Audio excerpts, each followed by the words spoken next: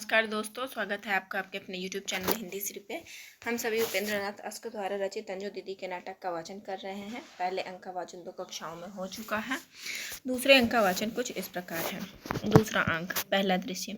20 वर्ष बाद पर्दा उसी मिले जुले खाने के कमरे में बैठक में उठता है। 20 वर्ष बाद यानी नाटक चल रहा है, तो नाटक जब पर्दा उठ रहा है तो वह समय 20 वर्ष बाद का है। और हमें ये याद रखना है कि पहले अंक का जो दृश्य है वो गर्मी का है और दूसरे अंक का दृश्य वो ठंडी का है।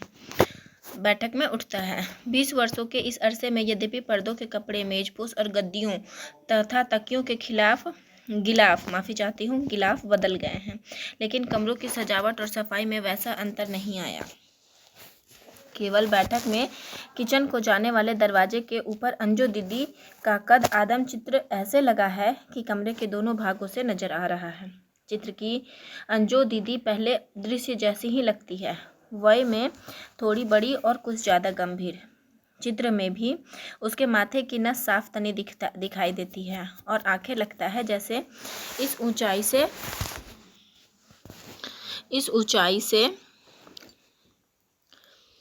ऊंचाई से कमरे में होने वाले प्रत्येक कार्य व्यापार को देख रही है। खाने के कमरे में सामने की दीवार पर एक 5 वर्ष पुराना कैलेंडर लटक रहा है। पर्दा उठते समय खाने की मेज की 5 कुर्सियां मेज के नीचे हैं। छठी पर अन्नो बैठी लेस बुन रही है। अनीमा की वेशभूषा और बालों की बनावट में बेपरवाही वही 20 वर्ष पुरानी है। याद रखिए कि यहाँ अनीमा भी पात्र में है और उसकी वेशभूषा, बालों की बनावट, बेपरवाही, मतलब वो जिस बेपरवाही से अपने बाल बनाती थी, वेशभूषा रखती थी, वो 20 वर्ष पुरानी है, उसी तरीके है। हाँ, उनमें कहीं कहीं सफ़ेद तार दिखाई दे रहा है और शरीर भी कुछ मोटा हो गया है। कुछ क्षण बाद बाहर के कमरे में ओमी तेज तेज आती है, बिल्कुल अंजू दीदी की तरह। जाकर रसोई घर के दरवाजे पर नौकरानी को आवाज़ देती है। याद रखिएगा, अंजू दीदी की बहू का नाम ओमी है। ओमी, मुन्नी नाश्ता रखो मेज पर। किंचित कड़े स्वर में, तुम क्या कर रही हो? 8 बजने को आए हैं और नाश्ते का कहीं पता नहीं। अंदर की ओर मुड़ती है, लेकिन फिर कुछ याद आ जाने से दरवाजे तक जाती है। और सुनो, जज साहब आज इधर ही नाश्ता करेंगे। मुन्नी पृष्ठभूमि में, बस लिए आ रही हूँ मेम साहब। ओमी खट खट करती अंदर के कमरे की चौखट पर जाती है। ओमी, नीलू बेटे, यहाँ याद रखिएगा कि नीलम नीरज के बेटे का नाम है। नीलू बेटे, कपड़े बदल लिए तुमने? नीलम अंदर से, जी हो गया है तैयार मम्मी। फिर खट खट करती हुई किचन के दरवाजे तक जाती है। ओमी किचन के दरवाजे से, मुन्नी नीलम का नाश्ता उसके कमरे में पहुंचाओ और देखो राधु को भेजो नज़ीर साहब के यहाँ, साहब को बुला लाए, आकर नाश्ता कर ले, फिर चाहे सारा दिन बैठ गप लड़ाएं। वापस आकर कुर्सी खींचती है और अन्नों के सामने आ बैठती है। ओमी अन्नों की आंखों को अपने ऊपर टिके और उनमें मुस्कान की हल्की सी रेखा को देखकर, क्या करूं अन्नू मौसी, शोर न मचाऊं तो नाश्ते को 12 बज जाए। हंसती है। आश्चर्य की ओमी की चाल ढाल रंग रूप सब अंजू दीदी सा है, बस सूरत अलग है। नहीं तो पतला छरहरा शरीर वही, दुर्बल नसें वही, उन्नत ललाट पर हल्के तेवर वही लगता है। अंजू दीदी ही का दूसरा रूप धरती पर उतर आया है। अनीमा उठकर कमरे में घूमते हुए, सोचती हूँ अगर परलोक में भी आदमी इस लोक की खबर रखता है और आत्मा भी कोई चीज़ है, तो तुम्हें अपने पद चिन्हों पर चलते देखकर अंजू दीदी की आत्मा बड़ी प्रसन्न होती होगी। चुना भी तो 20 में से था उसने तुम्हें, मतलब 20 लड़कियों में से चुना था। अंजू चाहती तो ऐसी बहू जो उसके घर को बिल्कुल उसकी तरह चला सके। हम मजाक किया करती थी कि तुम ऐसी बहू लाओगी जो पानी की भी डाइनिंग टेबल पर जाकर पिए। फिर बैठ जाती है। ओमी, मैं कहाँ कर सकती हूँ उनकी तरह, ये कुछ करने ही नहीं देते।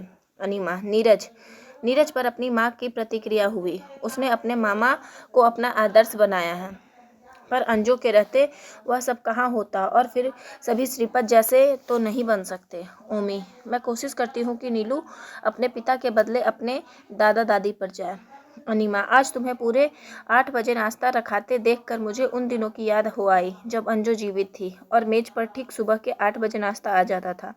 ओमी, हमारे घर में तो इन्होंने कोई नियम रहने ही नहीं दिया है और मैं इन्हीं के साथ बंधी हूँ, लेकिन बच्चों को मैं अब भी ठीक समय पर खिलाती पिलाती, पहनाती ओढ़ाती और सुलाती जगाती हूँ। मम्मी अपने नाना का जिक्र किया करती थी, इनको तो वे उन जैसा नहीं बना सकी, पर मेरा नीलू ज़रूर उन जैसा बनेगा। अनिमा, कल से तुम जिस तरह लगी हो और आज उठते ही तुमने जिस तरह सब प्रबंध किया है, उसे देखकर लगता ही नहीं कि इस घर में कभी सुस्ती का राज्य रहा है। अंजू को मरे 5 वर्ष हो गए। ये भी याद रखिएगा कि अंजू को मरे कितने वर्ष हो गए हैं? 5 वर्ष हो गए हैं। इसका पता भी नहीं चलता। ओमी, जाने क्यों अन्नू मौसी, इस घर में आते ही मुझे लगा कि अगर मैंने सुबह उठकर ठीक 8 बजे नाश्ता न लगवाया तो अच्छा ना होगा। मंदिर में जैसे पूजा का समय बंधा होता है और पुजारी चूक जाए तो दिन भर उसके मन में खटक रहती है, उससे अपराध बन आया है। इसी तरह मुझे भी लगा कि ठीक 8 बजे नाश्ता मेज पर ना आया तो भारी अपराध हो जाएगा। अनिमा कहती, तभी तो मैंने कहा कि मुझे उन दिनों की याद आ गई जब मैं अंजू के होते यहाँ आई थी। ओमी उत्साह से, मम्मी का सब काम बड़ी घड़ी की बाकायदी से होता था और मैं चाहती हूँ कि हमारे घर में जो भी होता रहा हो, इस घर में सब काम वैसे ही घड़ी की तरह। सहसा उसकी दृष्टि सामने टंगी घड़ी पर जाती है और फिर वह कलाई पर बंधी घड़ी की ओर देखती है। अरे यह घड़ी तो बंद है। कल सारे कमरे की सफाई की, पर्दे, तख्तपोश, मेजपोश, गद्दियाँ और तकियों के खिलाफ गिलाफ बदले, घड़ी साफ कराई, पर चाबी देना भूल गई। उठती है, अन्नू मौसी जरा मदद देना, इस घड़ी को चला ले। इसकी टिक टिक के बिना कुछ भी ठीक ना लगेगा। जरा इस मेज को वहाँ तक खिसकाने में मदद दो तो मैं इस पर चढ़कर स्वयं घड़ी ठीक कर दूँ। अनिमा, अरे नौकर को आवाज़ दो। ओमी, अभी 1 मिनट में ठीक कर दूंगी अन्नू मौसी। घड़ी ठीक करने वाला नौकर तो इस घर में नया रखना पड़ेगा। अन्नू उठती है, दोनों मेज को दीवार तक खिसकाती है, मेजपोश अलग कर और जूता उतार कर ओमी उस पर चढ़कर घड़ी को चाबी देती है। कलाई की घड़ी देखकर समय मिलाती है। 8 बजने में कुछ ही मिनट हैं। घड़ी टिक टिक करने लगती है। ओमी चिल्लाती है, ओमी घड़ी चलने लगी मौसी, जाने कब से इसे किसी ने चाबी नहीं दी। उछलकर उतरती है, जूते पहनती हुई जाकर चिलमची में हाथ धो। चिलमची मतलब बेसिन होता होगा उस समय धोने का। तौलिए से पोंछती है और फिर अन्नों की सहायता से मेज ठीक जगह रख मेजपोश बिछा देती है। दोबारा हाथ धोने को जा रही होती है कि उसकी दृष्टि सामने लगे कैलेंडर पर जाती है। उम्मी, अरे यह कैलेंडर किसी ने उतारा नहीं। पास जाकर महीने और साल का नाम पढ़ती है। मार्च है 1946। 46 नहीं, माफ़ी चाहती हूँ, 48। 5 बरस से लगा है। कैलेंडर उतार कर गोल करके उसे चिलमची स्टैंड के नीचे रखते हुए। उसी महीने तो अचानक मम्मी का देहांत हो गया था। जब से मालूम होता है किसी ने नहीं उतारा। अनिमा, तुम लोग तो खैर नौकरी से आए और चले गए, पर जीजा जी तो यहीं थे। जज बनने के बाद क्या इतने सुस्त हो गए कि? ओमी फिर चिलमची में हाथ धो तौलिए से पोंछते हुए, नहीं जज बनने की बात नहीं मौसी, दरअसल मम्मी के देहांत के बाद पापा को किसी बात का होश ही नहीं रहा। उनका तो जैसे अपने आप पर से अधिकार ही उठ गया। नौकरों ने जो रख दिया, खा लिया, जो दे दिया, पहन लिया, ये कमरे रोज साफ होते रहे, लेकिन पिछले 5 वर्षों से पापा कभी इधर नहीं आए। अपने दफ्तर और उसके साथ के कमरों में खाते सोते और मित्रों से मिलते जुलते रहे। घर की एक चीज़ भी उन्होंने बदलने नहीं दी। उठकर रसोई घर के दरवाजे के पास जाती है। मुन्नी, नाश्ता रखो मेज पर। पापा का नाश्ता भी इधर रखो और उनसे आने को कहो।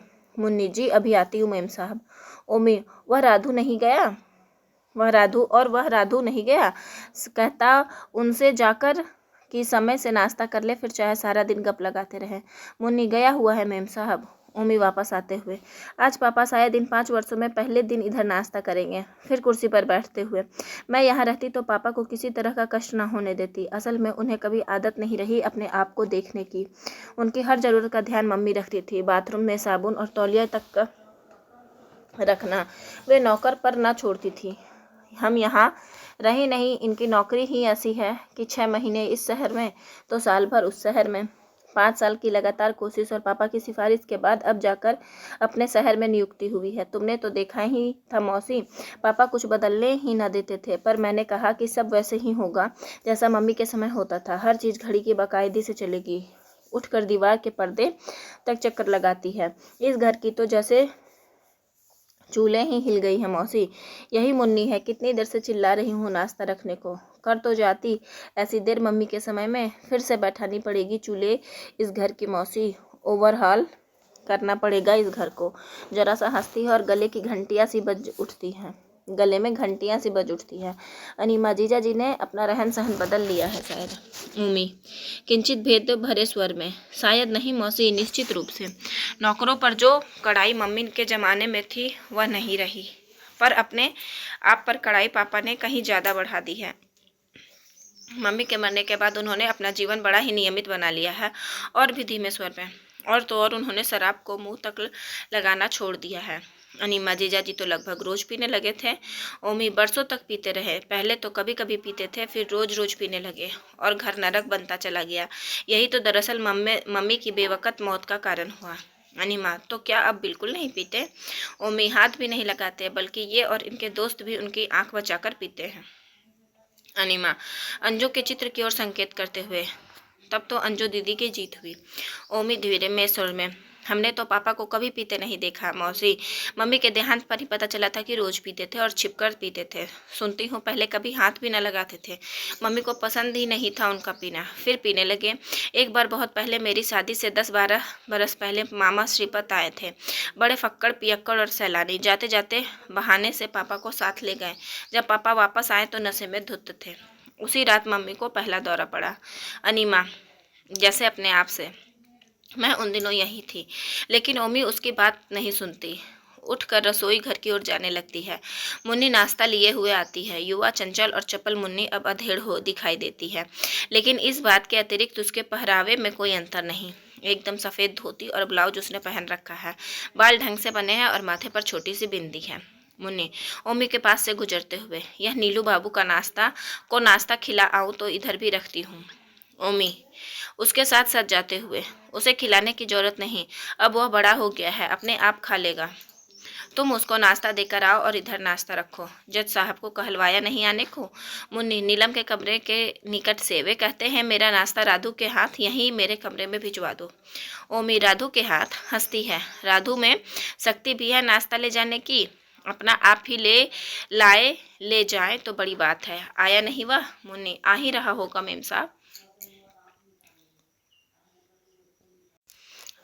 मुन्नी जो है चली जाती है। ओमी उसके पीछे पीछे दरवाजे में जा खड़ी होती है।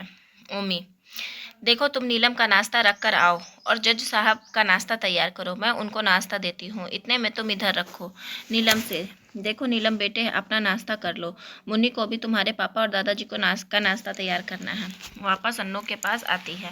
नीचे लिखे स्वाद में मुन्नी नीलम का नाश्ता रखकर चली जाती है। संवाद में, माफ़ी चाहती हूँ, संवाद में। ओमी, देखा मौसी कहकर भी पापा नहीं आए। दरअसल मम्मी का अचानक मृत्यु ने पापा के दिल पर बड़ा असर किया है। उन्हें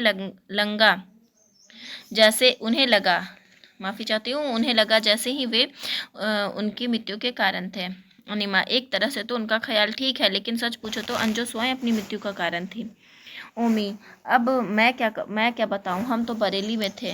जब हमें तार मिला, यहाँ आकर यही मालूम हुआ कि जब मम्मी को पहला दौरा पड़ा था तो पापा ने सौगंध खाई थी कि ये अब कभी ना पिएंगे, पर उन सौगंधों के रहते भी वे पीने लगे।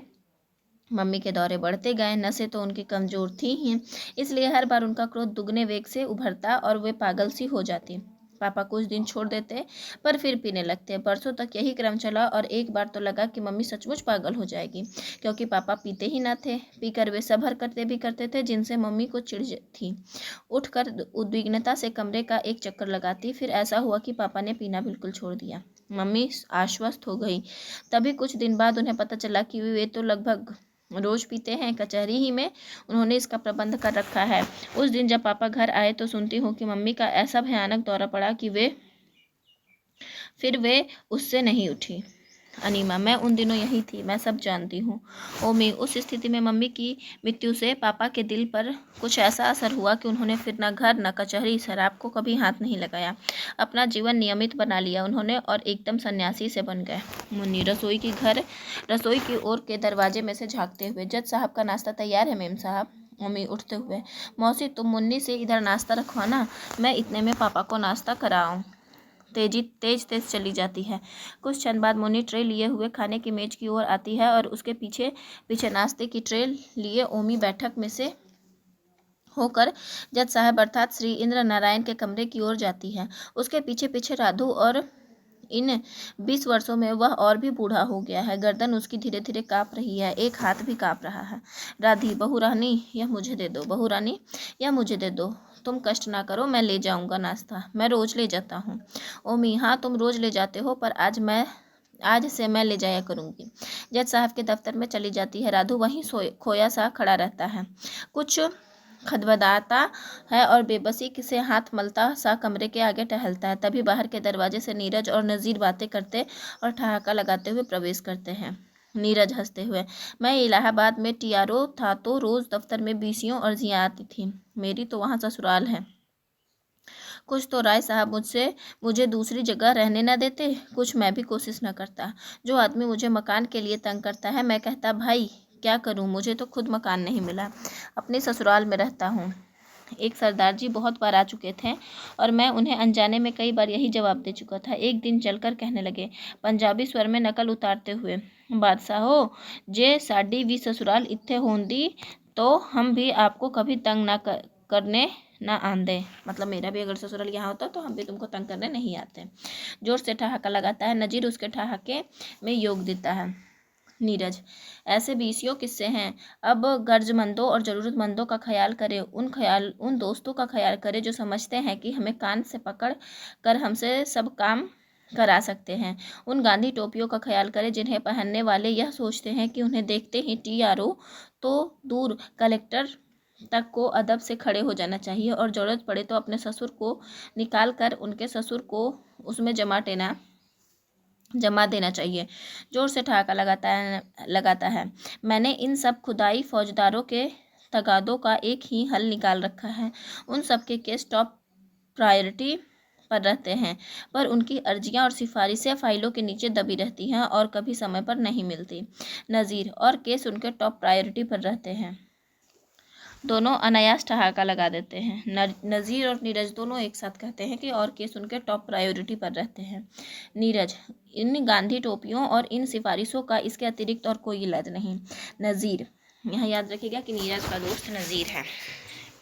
नज़ीर, तुम्हें यकीन ना आएगा, पिछले दिनों हमारे दफ्तर में 2 चपरासियों की जगह खाली हुई। एक चपरासी का नाम ऊपर से आया, किसी मंत्री के भतीजे के साला या बहनोई या जाने क्या था। जब मैंने आनाकानी की तो डायरेक्टर ऑफ प्रोग्राम्स ने फ़ोन किया कि मंत्री महोदय ने खुद उसके नाम की सिफारिश की है। मुझे बड़ा गुस्सा आया।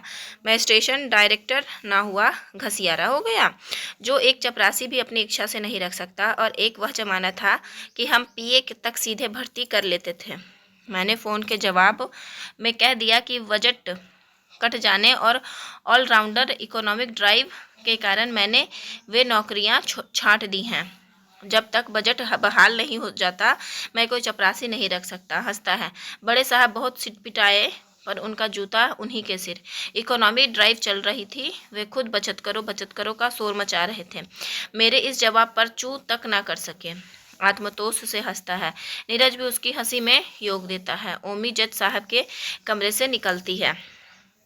ओमी, अब फिर हंसिएगा, पहले नाश्ता कर लीजिए। नीरज, पहले हंसने से तो मेरी जान नाश्ते का कोई संबंध नहीं है, हम नाश्ता करते हुए भी हंस सकते हैं। ओमी, जिसके माथे पर अपने पति के इस फक्कड़पन से तेवर पड़ जाते थे। कल आप कलेक्टर हो जाएंगे, पर बात आप तो तब भी करनी ना आएगी। मतलब बोल रहा है कि अगर आप कल भी कलेक्टर हो जाएंगे तो आपको बात करने का ढंग ना आएगा। नीरज, कलेक्टर तो खैर मैं इस जन्म में नहीं होता, हो भी जाऊं तो। ओमी, बातें फिर कीजिएगा, चलिए नाश्ता कीजिए, चाय ठंडी हो जाएगी। नज़ीर से, चलिए नज़ीर भाई। नज़ीर, नहीं भाभी अब नहीं, हम तो फिर आएंगे, फ्रिज में कुछ बियर की बोतलें रखा छोड़िएगा। ओमी कहता है, लेकिन पापा ने तो। नज़ीर, वह हम जानते हैं भाभी, जज साहब जब सैर को जाएंगे तभी हम जमेंगे। अच्छा बाय बाय। हाथ को सिर तक उठाता हुआ चला जाता है। नीरज, अरे भाई एक प्याला चाय तो। लेकिन नज़ीर बिना मुड़े इनकार में हाथ हिलाता चला जाता है। ओमी नीरज को साथ लिए खाने के कमरे में आते हुए, मैंने कितनी बार कहा है कि सबके सामने अपने आप लोफरों की तरह ऐसे बात ना किया कीजिए। आप अब सिटी मजिस्ट्रेट हो गए हैं। नीरज, सिटी मजिस्ट्रेट होकर क्या मैं आदमी नहीं रहा? ओमी, तो क्या आदमी का यही गुण है कि लोफर हो? जो सभ्य और शिष्ट है वे क्या आदमी नहीं पापा जी? नीरज, खाने की मेज के नीचे से कुर्सी घसीटकर उस पर बैठते हुए, तुम पापा की बात बेकार करती हो? पहली बात तो यह है कि वे हाई कोर्ट के जज हैं और जज और सिटी मजिस्ट्रेट में बड़ा फ़र्क है। जज बड़ी सी विग लगाए, लंबा समूह बनाए, ऊंची सी कुर्सी पर बैठता, वकीलों का बयान सुनता और गहन गंभीर फैसले देता है।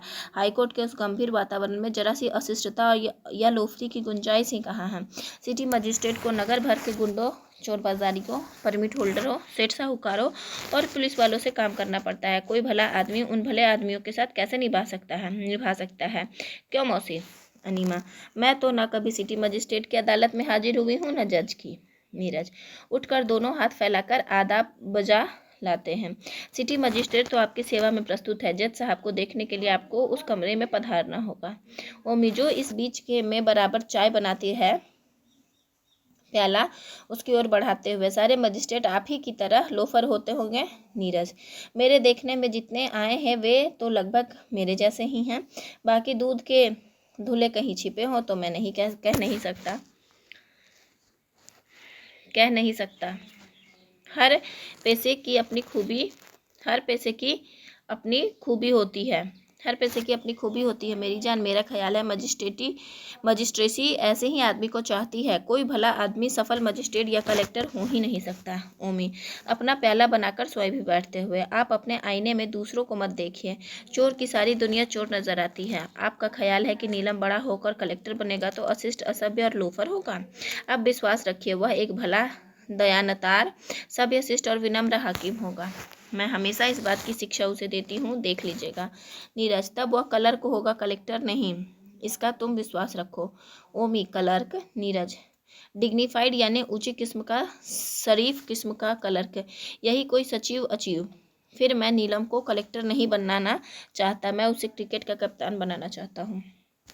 ओमी, नीलम में शक्ति भी है फुटबॉल या क्रिकेट खेलने की। क्रिकेट का कप्तान तो आपको बनना चाहिए था। नीरज जोश से उठते हुए, वाह वाह, क्या बात कही है तुमने मेरी जान। मैं तो बना ही था क्रिकेट का कप्तान होने के लिए। मामा जी ने कहा था, बेटे 2 घंटे पढ़ो और 6 घंटे डट के खेलो, निश्चय ही तुम क्रिकेट के कप्तान बनोगे। पर मम्मी पीछे पड़ी थी, मुझे ICS बनाने के 6 घंटे पढ़ना और 2 घंटे खेलना पड़ा। मन क्रिकेट में, आंखें पढ़ाई में। नतीजा तुम्हारे सामने है, ना क्रिकेट के कप्तान बने, ना ICS। ओमी, कलेक्टर तो आप अब भी बन सकते हैं। नीरज, वह शायद इस आज़ादी के कारण। जिनको पहले कोई 60 रुपये भी ना पूछता था, वह वकीलों को 4 रुपये रोज़ की भी प्रैक्टिस न थी, वे आजकल माननीय मंत्री बने हुए हैं। फिर जैसा नायाब तहसीलदार अगर कलेक्टर हो जाए तो कौन सी बड़ी बात है। मामा जी कहा करते थे कि जिस चीज़ पर मन हो वही करना चाहिए। कलेक्टरी में मेरा मन कभी था ही नहीं, मैं सदा क्रिकेट का कप्तान बनना चाहता था। ओमी, तो आप नीलम को क्यों कलेक्टर बनने से रोकते हैं? वह तो क्रिकेट का कप्तान नहीं, ICS बनना चाहता है। नीरज, आजकल ICS नहीं, IAS हो गया है। ओमी, IAS इंडियन एडमिनिस्ट्रेटिव सर्विस। ओमी, IAS ही सही, वह IAS की परीक्षा देगा और अगर आप बीच में टांग ना अड़ाएंगे तो निश्चय ही IAS के होके रहेगा। नीरज, उसके मन में बेकार सी तुमने यह ख्याल भर दिया है जैसे IAS होना ही जीवन का चरम लक्ष्य हो। ओमी, नहीं, चरम लक्ष्य तो क्रिकेट का कप्तान बनना है। नीरज, कलेक्टरी का क्रिकेट की कप्तानी से क्या मुकाबला? एक तरफ CK नायडू, मर्चेंट, हजारे, मनकद या अमरनाथ को रख दो और दूसरे पलड़े में 10 कलेक्टर या कमिश्नर। मैं कहता हूँ उम्मो बराबर तुल जाएंगे। इस जिंदगी का उस जिंदगी से क्या मुकाबला? आज़ाद, खुली, हाथ पाँव और दिमाग की कमाई। उम्मी, इसमें क्या हाथ पाँव और दिमाग का काम नहीं? क्यों अन्नू मौसी? और फिर सिक्योरिटी, सुरक्षा। नीरज, है, लेकिन यहाँ वह स्वतंत्रता और विस्तार कहाँ? यहाँ तो पग पग पर झूठ, कपट, बददयानती, कूटनीति, षड्यंत्र, कुटिलता और कुंठा है। सुरक्षा है, पर उस सुरक्षा का मूल बहुत बड़ा है। उम्मीद पर आपको ऐसी सुरक्षा की जरूरत नहीं, आप ना कीजिए यह सब। नीरज, अरे मेरी जान, मुझे कीचड़ में फेंक दो और आशा रखो कि मैं अपने कपड़ों को उसके छींटे से बचाए रखूं, यह कैसे संभव है? ओमी, कमल क्या कीचड़ में नहीं रहता? मैं अपने नीलम को इस सारे कीचड़ में कमल सा रहकर अपना कर्तव्य पूरा करना सिखाऊंगी। नीरज हंसकर, तुम लाख सिखाओ, इस दुष्चक्र में फंसा तो उसे अनास यह सब करना पड़ेगा, नहीं तो वह किसी प्रांत या केंद्र के सरकार के बड़े दफ्तर में फाइलों के साथ माथा फोड़ेगा। जिस अधिकार और हुक्मरानी के सपने तुम ले रही हो वह सब इसी छल कपट और षड्यंत्र के कीचड़ पर टिकी है। मैं तो आज भी यह सब छोड़कर क्रिकेट का कप्तान बनना पसंद करूं। ओमी, तो छोड़ दीजिए ना और बन जाइए क्रिकेट के कप्तान। अन्नू के लिए चाय का दूसरा प्याला बनाती है। अन्नू मुस्कुराती हुई इनकी बहस सुनती रहती है। नीरज, लेकिन क्रिकेट का कप्तान बनने के लिए जिस अभ्यास और साधना की जरूरत है वह कहाँ से आए? उम्र के बेहतरीन हिस्सा तो मैंने इस झूठी हुक्मरानी के सपने देखने में बिता दिया। लोगों के दिलों पर जिसका शासन हो, क्रिकेट पर उस कप्तानी के लिए शुरू ही से डटकर 6 घंटे खेलना जरूरी था। मामा श्रीपत कहा करते थे। ओमी चिढ़कर, मम्मी कहा करती थी कि श्रीपत मामा ब्रेक है ब्रेक। इस घर का आसम से चलती गाड़ी को उन्होंने एक ही बार आकर ब्रेक लगा दी। नीरज, और मैं कहता हूँ मम्मी स्वयं ब्रेक थी। जब तक वे जिंदा रही उन्होंने इस घर की जिंदगी पर ब्रेक लगाए रखी।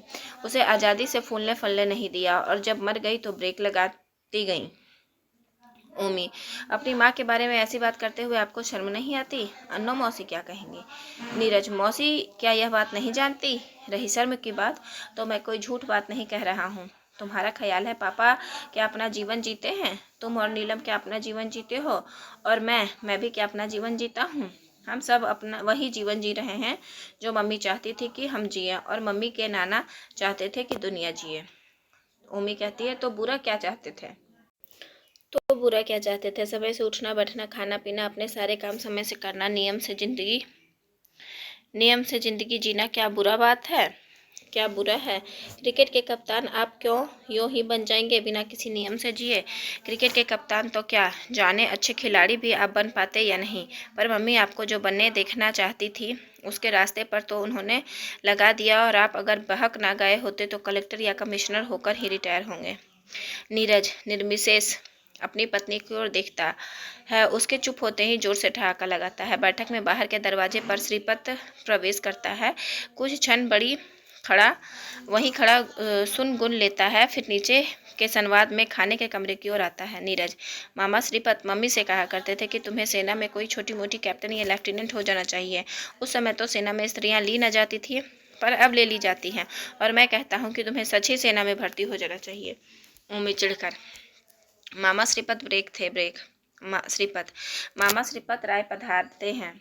ओमी के होठों से कुछ अजीब आश्चर्य और लज्जा मिश्रित ओ निकलती है। नीरज कुर्सी से उछलता है। नीरज, मामा जी। श्रीपत उसे बाहों में भरते हुए लिपट जाता है। कहो बेटे, कैसे हो? श्रीपत को बाहों में भींचते हुए, आपकी दुआ है मामा जी। आप कहाँ से आ रहे हैं? श्रीपत, बम्बई से आ रहा हूँ और कलकत्ता जा रहा हूँ। सोचा रास्ते में तुम लोगों से मिलता जाऊँ। सदियाँ गुजर गई तुम्हें देखे। और तो सब अच्छे हैं? नीरज, जी मामा जी। श्रीपत, जीजा जी कैसे हैं? नीरज, चल रहे हैं मामा जी। श्रीपत, सुना था हाईकोर्ट के जज हो गए हैं? नीरज, जी मामा जी। श्रीपत, यह तुम हर बात के साथ मामा जी क्या करते हो? नीरज, मम्मी कहा करती थी बड़ों के साथ। श्रीपत, अदब के साथ बात करनी चाहिए। दोनों एक साथ ठहाका लगाते हैं और फिर एक दूसरे को आलिंगन में भींच लेते हैं। ओमी नीरज से, अब छोड़िए मामा जी को, इन्हें हाथ मुंह धोने दीजिए। पर्दे के पास जाकर नौकरानी को आवाज़ देती है। मुन्नी झाँकती है। जी मैम साहब, बाथरूम में नया तौलिया और साबुन रख दो, मामा जी नहाएंगे। श्रीपत जोर से ठहाका लगाता है। श्रीपत, तो लगता है अंजू दीदी इस घर में अपनी प्रतिनिधि छोड़ गई है। तुम ठीक कहते थे नीरज, अपनी पत्नी को तुम्हें सेना में भर्ती करा देना चाहिए। ओमी की ओर मुड़कर, अरे भाई देख तो लो, क्या मैं गंदा लगता हूँ? क्या नहीं लगता कि अभी नहाकर चला आ रहा हूँ? नीरज, हाँ देखो क्या मामा जी गंदे लगते हैं। अनिमा, आप नहा कहाँ आए? आप तो चाय के पहले कभी नहाते ना थे। श्रीपत, अरे भाई ध्यान से अन्नू को देखता है। क्या अन्नू है? माफ़ करना, मैं पहचान नहीं पाया। एक युग के बाद देखा है तुम्हें। याद रह गई तुम्हें चाय से पहले मेरे ना नहाने की बात? 20 बरस हो गए जब मैं आया था यहाँ। अनिमा, मुझे उसे मुलाकात की एक एक बात याद है। श्रीपत, तुम असल में तो मुझे जानती नहीं। किसी बात को सनक की हद तक ले जाने में मेरा जरा भी विश्वास नहीं। जब मैंने देखा कि मेरी वह आदत सनक बन रही है तो मैंने उसे छोड़ दिया। ओमी से, तुम चाय का एक गर्म गर्म प्याला बनाओ बेटी। ओमी लज्जारून मुख लिए हुए चाय बनाने लगती है। अनिमा, चाय तो आप अपने हाथ से ही बनाकर पीते थे। श्रीपत, उस सनक को भी मैंने छोड़ दिया। ओमी से, दूध और चीनी दोनों एक एक चम्मच। ओमी चीनी और दूध डालकर प्याला श्रीपत को देती है। नीरज अपना प्याला बढ़ाते हुए, एक प्याला मेरे लिए भी बनाओ ओमी, जरा मामा जी के साथ दिया जाए। आप भी लीजिए एक और प्याला मौसी। अनीमा बोलती है, अच्छा मैं भी लेती हूँ श्रीपत से मुस्कुराते हुए। तो आपने उस सनक को भी छोड़ दिया? श्रीपत चाय की चुस्की लेते हुए। किस सनक को? अनीमा किंचित हंसते हुए। अकेले रहने की सनक को। यही जब बहुत पहले हम मिले थे तो आपने कहा था मैं शादी के सपने ही लेता हूँ, शादी कभी नहीं करता। श्रीपत हंसकर, वह सनक भी मैंने छोड़ दी। नीरज, तभी मामा जी आप इतने साफ सुथरे और सभ्य दिखाई देते हैं। आखिर मम्मी की बातों का हुआ ना असर आप पर भी? श्रीपत, नहीं भाई, वह बात नहीं। अंजू दीदी का तो मुझ पर क्या असर होता, बात कुछ और ही है। चाय पीता है। नीरज, साक्षात औत्सुक्य, वह क्या? श्रीपत, कुछ बरस पहले बम्बई की फिल्मी दुनिया में एक ऐसी औरत से भेंट हुई जिसे मैंने बिल्कुल अपने जैसा पाया। कोई फैड नहीं, कोई सनक नहीं, किसी रीति रिवाज के प्रति आग्रह नहीं। लगा कि अब अकेले जिंदगी जीने की कोई ज़रूरत नहीं, हम इकट्ठे रहने लगे। पर तब लगा कि हम स्वयं सनकी हुए जा रहे हैं, जानबूझकर हर रस्म रिवाज और तौर तरीकों को तोड़ रहे हैं। वे देवी जी तो मुझसे भी 4 कदम आगे थी। हम ही जो सनक की हंसी उड़ाया करते थे, फक्कड़पने की जिंदगी का चरम अध्याय समझते थे, अपने मित्रों में अच्छे खासे सनकी प्रसिद्ध हो गए। नीरज जोर से ठहाका लगाता है। श्रीपत, फिर वही बातें जो अपने में अच्छी लगती थी उन देवी जी को खासी बेतुकी लगने लगी। जब मैंने झट आदत बदल डाली, सुबह उठकर सैर को जाने लगा, रोज नहाने लगे, अच्छे कपड़े ढंग से पहनने लगे और लगभग वह सब करने लगा जो अंजू दीदी किया करती थी। तकलीफ तो बहुत हुई इतने दिनों की आदत बदलने में, लेकिन प्रबल हट के साथ नई आदत डाली। एक दिन जब शाम को वापस घर आया तो क्या देखता हूँ कि घर आईने की तरह साफ है, ऐसा कि अंजू दीदी ने भी कभी ना किया होगा। मैं हैरान कि भगवान क्या माजरा है। देवी जी से भेंट हुई तो पता चला कि वे तो मेरी प्रसन्नता के लिए वैसी फक्कड़ बनी थी। नहीं, उन्हें तो उस सब गंदगी से सख्त नफरत है। बस अनो, वह दिन सो आज का दिन। उन देवी जी के घर से निकला हूँ तो फिर उधर को मुंह नहीं किया। नीरज जोर से हंसता है। अनीमा, उन श्रीमती जी का भी कुछ ख्याल किया? श्रीपत, शुक्र है अभी शादी ना हुई थी, कोर्टशिप ही चल रही थी। शादी हो गई होती तो ना जाने क्या दुर्गत होती। अपने को दूसरों के अनुकूल बनाने के बदले अपने जैसा ही कोई दूसरा ढूंढ लिया होगा उसने। आज की कक्षा का वाचन ये अनीमा के वाचन से हम कल पढ़ेंगे। आज की कक्षा का वाचन इतना ही। PDF का 44वां पन्ना पढ़ रहे हैं और आशा करती है आपका धैर्य से बने रहने के लिए बहुत बहुत धन्यवाद। आशा करती हूँ यह वीडियो आपको लाभान्वित करेगी।